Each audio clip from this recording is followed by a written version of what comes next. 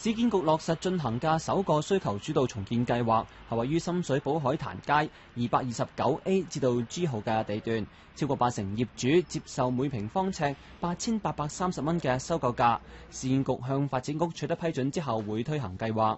市建局主席張震遠形容收購價吸引，難以估計唔接受收購業主嘅拒絕原因。而啱啱截止嘅第2期需求主導計劃，一共收到34宗申請，過半數位於深水埗，總數比上一期多接近一半。張震遠話：預計可以落實計劃嘅數目較第1期多。至於我哋會係做幾多項目呢？我哋都要睇花一啲時間咧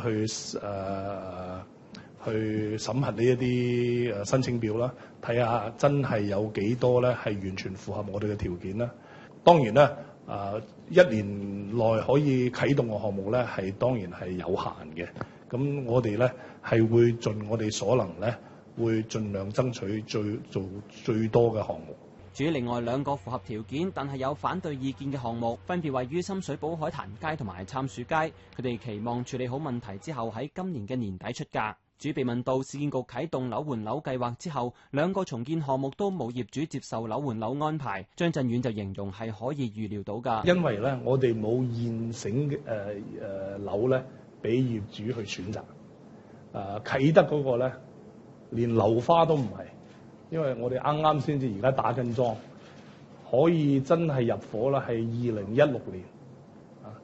你要而家業主去落實換一個樓，係2016年先至入到伙嘅話咧，呢個咧難度係好高。佢認為當啟德樓換樓單位落成之後，情況會有改善。